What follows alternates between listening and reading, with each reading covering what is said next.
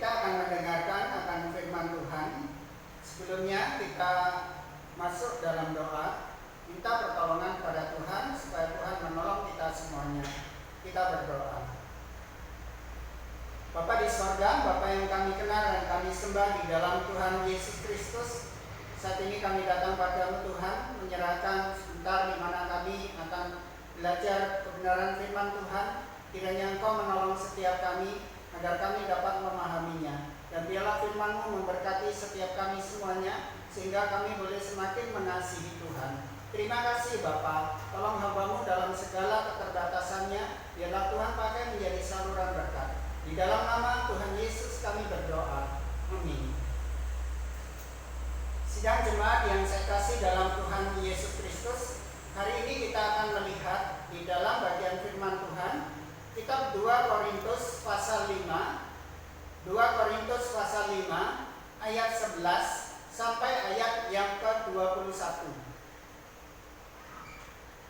2 Korintus pasal 5 ayat 11 sampai ayat yang ke-21. Jika sudah mendapatkan bagian ini, saya akan membaca bagi setiap kita. 2 Korintus pasal 5 ayat 11 sampai ayat 21. Kami tahu apa artinya takut akan Tuhan. Karena itu kami berusaha meyakinkan orang. Bagi Allah, hati kami nyata dengan terang, dan aku harap hati kami nyata juga demikian bagi pertimbangan kamu. Dengan ini kami tidak berusaha memuji-muji diri kami sekali lagi kepada kamu, tetapi kami mau memberi kesempatan kepada kamu untuk memegahkan kami, supaya kamu dapat menghadapi orang-orang yang bermegah karena hal-hal lahiriah dan bukan batiniah. Sebab jika kami tidak menguasai diri, hal itu adalah dalam pelayanan Allah. Dan jika kami menguasai diri, hal itu adalah untuk kepentingan kamu. Sebab kasih Kristus menguasai kami, karena kami telah mengerti bahwa jika satu orang sudah mati untuk semua orang, maka mereka semua sudah mati. Dan Kristus telah mati untuk semua orang, supaya mereka yang hidup tidak lagi hidup untuk dirinya sendiri, tetapi untuk Dia yang telah mati dan telah dibangkitkan untuk mereka. Sebab itu kami tidak lagi menilai seorang juga pun menurut ukuran manusia. Dan jika kami pernah menilai Kristus menurut ukuran manusia, sekarang kami tidak lagi menilainya demikian. Jadi siapa yang ada di dalam Kristus, ia adalah ciptaan baru. Yang lama sudah berlalu, sesungguhnya yang baru sudah datang. Dan semuanya ini dari Allah, yang dengan perantaraan Kristus telah mendamaikan kita dengan dirinya, dan yang telah mempercayakan pelayanan pendamaian itu kepada kami. Sebab Allah mendamaikan dunia dengan dirinya oleh Kristus, dengan tidak memperhitungkan pelanggaran mereka. Ia telah mempercayakan berita pendamaian itu kepada kami. Jadi kami ini adalah utusan-utusan Kristus. Seakan-akan Allah menasihati kamu dengan perantaraan kami. Dalam nama Kristus kami meminta kepadamu, berilah dirimu didamaikan dengan Allah. Dia yang tidak mengenal dosa telah dibuatnya menjadi dosa karena kita, supaya dalam Dia kita dibenarkan oleh Allah. Bapak Ibu sidang jemaat yang saya kasih dalam Tuhan Yesus Kristus, tema kita pada Jumat Agung ini adalah di dalam ayat 15, hiduplah untuk Dia yang telah mati dan telah bangkit. Bapak Ibu yang saya kasih dalam Tuhan Yesus Kristus, Allah sangat mengasihi kita. Dia memberikan alam semesta ini untuk kita semuanya. Dia memberikan terang matahari untuk kita. Dia memberikan udara yang segar untuk kita semuanya. Dan Bapak Ibu yang saya kasih dalam Tuhan Yesus Kristus, tahukah kita bahwa bukti kasih Allah yang terbesar adalah Kristus yang sudah mati bagi kita semuanya. Bapak Ibu yang saya kasih dalam Tuhan, tema kita dikatakan hiduplah untuk Dia yang telah mati dan telah bangkit. Bapak Ibu yang dikasih Tuhan, hari ini adalah Jumat Agung, di mana kita mengenang kembali kematian Kristus bagi setiap kita semuanya.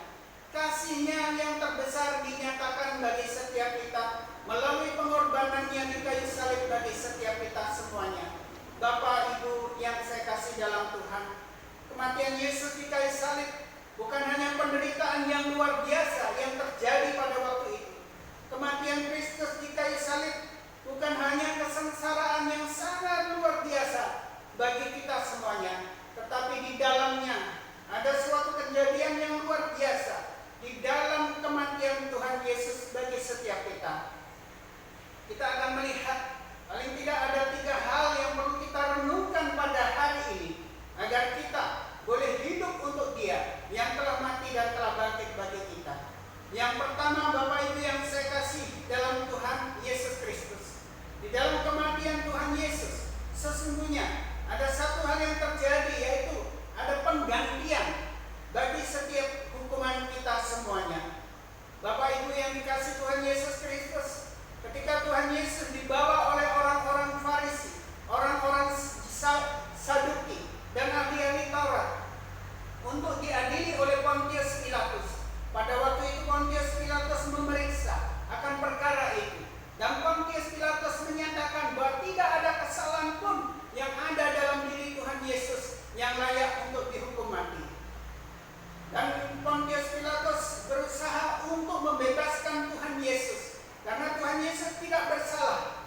Namun Bapak Ibu yang dikasih Tuhan, pada akhirnya Tuhan Yesus harus tetap disalibkan di kayu salib. Bapak Ibu yang saya kasih dalam Tuhan Yesus, tahukah kita semuanya bahwa sesungguhnya kematian Yesus adalah suatu penggantian bagi setiap kita. Artinya sesungguhnya kitalah orang berdosa, kitalah yang patut dihukum oleh Tuhan karena dosa-dosa dan kesalahan kita. Firman Tuhan mengatakan, sebab upah dosa adalah maut. Karena kita berdosa, kita sepatutnya mendapat hukuman oleh karena dosa itu. Tetapi oleh karena kasih-Nya, Kristus datang ke dunia ini dan Dia mati bagi kita. Dia menggantikan hukuman kita di kayu salib bagi setiap kita semuanya. Di dalam ayat firman Tuhan, dalam 2 Korintus pasal 5 ayat 14 mengatakan, sebab kasih Kristus yang menguasai kami, karena kami telah mengerti bahwa jika satu orang sudah mati untuk semua orang, maka mereka semua sudah mati. Ada penggantian di situ, menggantikan setiap kita yang seharusnya harus dihukum mati oleh karena dosa-dosa kita. Yang seharusnya kitalah manusia yang berdosa yang harus mengalami maut, tetapi Tuhan Yesus menggantikan saudara dan saya.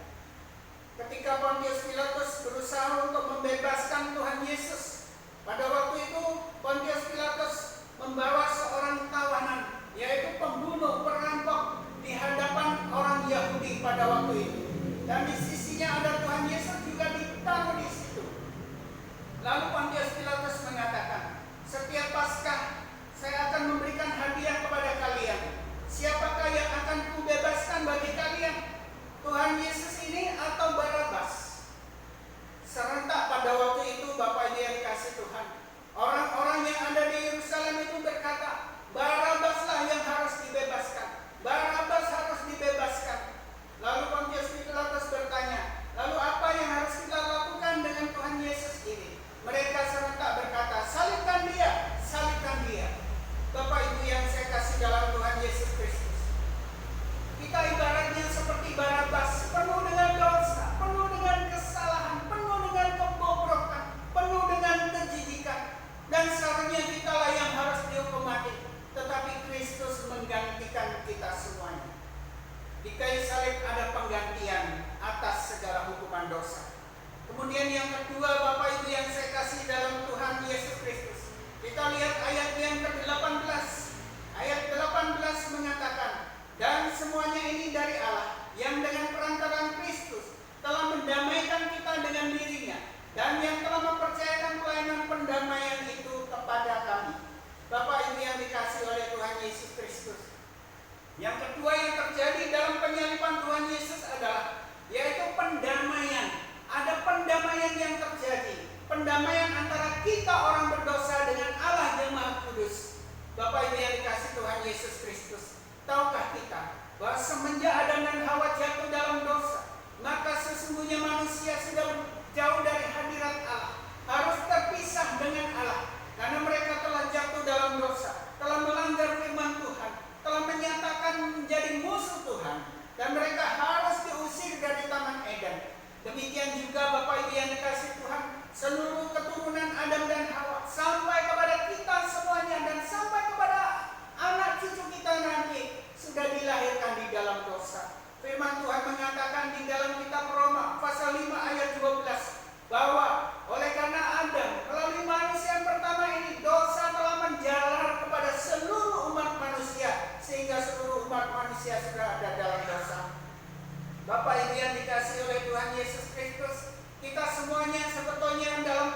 musuh-musuhnya Allah. Karena kita orang berdosa dan Allah Maha Suci, kita tidak bisa lagi memandang akan kehadiran Allah. Namun Bapak Ibu yang dikasihi oleh Tuhan Yesus Kristus, kehadiran Kristus di kayu salib, mati di kayu salib, mendamaikan akan dosa-dosa kita itu, mendamaikan hubungan kita yang berdosa itu dengan Allah yang Maha Kudus. Bapak Ibu yang saya kasih dalam Tuhan Yesus Kristus, dalam surat Timotius mengatakan Allah itu Esa, dan Esa pula lah perantara antara Allah dan manusia, yaitu manusia Kristus Yesus. Tuhan Yesus sudah mendamaikan kita semuanya. Bapak Ibu yang saya kasih dalam Tuhan, Yesus Kristus adalah satu-satunya pendamai bagi kita dengan Allah yang Maha Kudus. Mengapa? Dilihat dari sisi keberadaan Tuhan Yesus sendiri, dilihat dari pribadi Tuhan Yesus sendiri. Dia adalah Allah 100% dan dia adalah manusia 100%. Oleh sebab itu Bapak Ibu yang dikasih Tuhan, oleh karena kealahannya, dia bisa mendamaikan antara Allah, dan oleh karena kemanusiaannya, dia bisa mendamaikan kita manusia dengan dia. Oleh sebab itu Bapak Ibu yang saya kasih dalam Tuhan Yesus Kristus, Yesus adalah pendamaian bagi setiap kita. Kematian di kayu salib mendamaikan antara kita yang berdosa dengan Allah yang Maha Kudus. Oleh sebab itu Bapak Ibu yang saya kasih dalam Tuhan Yesus Kristus, di kayu salib itu sesungguhnya kita didamaikan dengan Allah. Dan tentu saja yang didamaikan dengan Allah adalah orang-orang yang telah menerima Dia, yang mau membuka hati, menjadikan Tuhan Yesus menjadi Tuhan dan Juru Selamat. Ayat 19 mengatakan, sebab Allah mendamaikan dunia dengan dirinya oleh Kristus dengan tidak memperhitungkan pelanggaran mereka. Ia telah mempercayakan berita pendamaian itu kepada kami. Jadi kami ini adalah utusan-utusan Kristus. Seakan-akan Allah menasihati kamu dengan perantaran kami. Dalam nama Kristus, kami meminta kepadamu, berilah dirimu didamaikan dengan Allah. Bapak Ibu yang dikasih Tuhan, firman Tuhan ini dengan jelas mengatakan bahwa oleh karena Kristus, Dia telah memperdamaikan antara kita dengan Allah yang Maha Kudus. Dan Dia memberikan satu tawaran kepada setiap kita melalui Rasul Paulus dan rasul-rasul yang lain. Berilah dirimu didamaikan dengan Allah. Sampai di sini saya mau bertanya kepada Bapak Ibu saudara-saudara yang saya kasih dalam Tuhan. Mungkin selama ini kita sudah belasan tahun mengikut Tuhan. Mungkin kita sudah puluhan tahun ikut Tuhan. Tetapi sesungguhnya kita hanya ikut-ikutan. Sesungguhnya kita belum memperoleh pendamaian itu dari Allah. Oleh sebab itu hari ini saya ingin mengajak kita semuanya. Di hari Jumat Agung ini saya ingin mengajak dan mengundang kita semuanya. Berilah dirimu didamaikan dengan Allah. Dan kalau kita sudah didamaikan dengan Allah, kita bukannya musuh Allah lagi, tetapi kita menjadi sahabat Allah. Saya ingin membacakan satu bagian firman Tuhan di dalam kitab Efesus. Kitab Efesus pasal 5, ayatnya yang ke-8. Efesus pasal 5 ayat 8 mengatakan, memang dahulu kamu adalah kegelapan, tetapi sekarang kamu adalah terang di dalam Tuhan. Sebab itu hiduplah sebagai anak-anak terang. Bapak Ibu yang dikasihi oleh Tuhan Yesus Kristus, ketika seseorang menyatakan diri untuk menerima Yesus sebagai Tuhan dan Juru Selamat pribadinya, maka sesungguhnya dia sudah didamaikan dengan Allah. Dan dia sudah dipindahkan dari gelap kepada terang. Bapak Ibu yang dikasihi Tuhan, dalam ayat 17 mengatakan, jadi siapa yang ada di dalam Kristus, ia adalah ciptaan baru. Yang lama sudah berlalu, sesungguhnya yang baru sudah datang. Apa artinya? Artinya adalah, dulu kita adalah musuh, sekarang sudah menjadi ciptaan baru. Kita menjadi sahabat Allah, kita menjadi anak Allah. Seperti yang Yohanes 1 ayat 12 dikatakan di sana. Barang siapa percaya kepadanya, barang siapa menerimanya, diberinya kuasa supaya menjadi anak-anak Allah, yaitu orang-orang yang percaya dalam namanya. Bapak Ibu yang saya kasih dalam Tuhan, apakah Anda sudah didamaikan dengan Allah?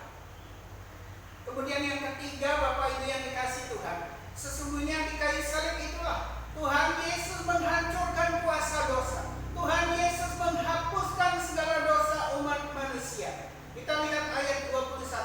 Dia yang tidak mengenal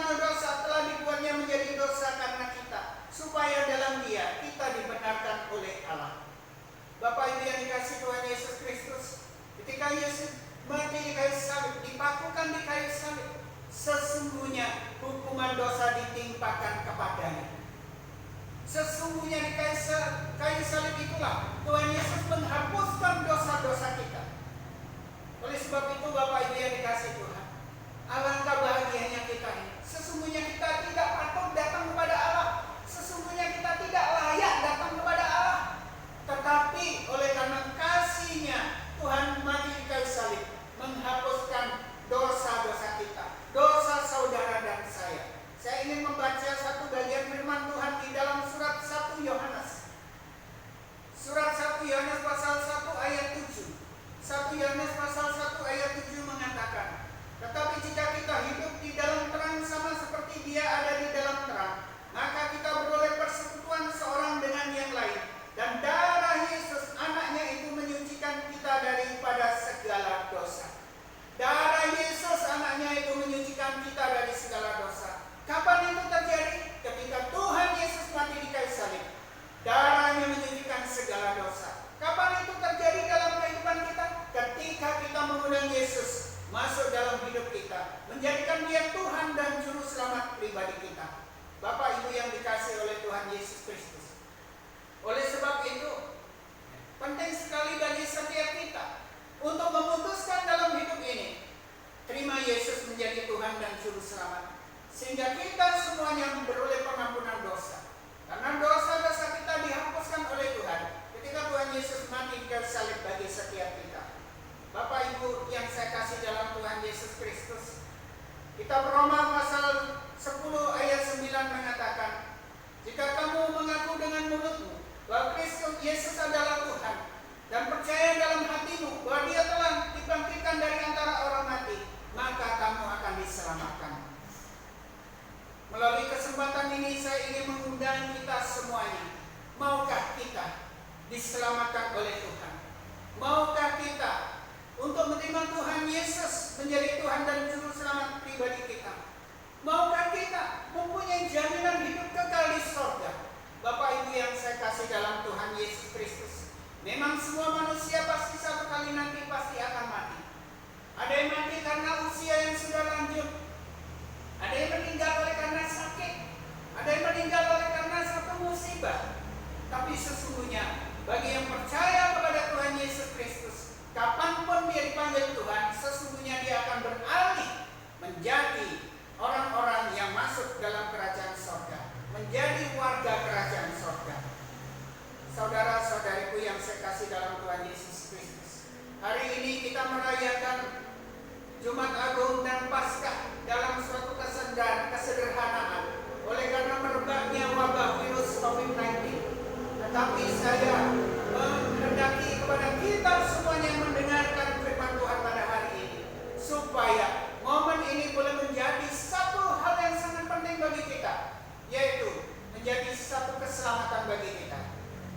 Oleh sebab itu, terimalah Tuhan Yesus menjadi Tuhan dan Juru Selamat pribadimu, maka sesungguhnya kau akan diselamatkan.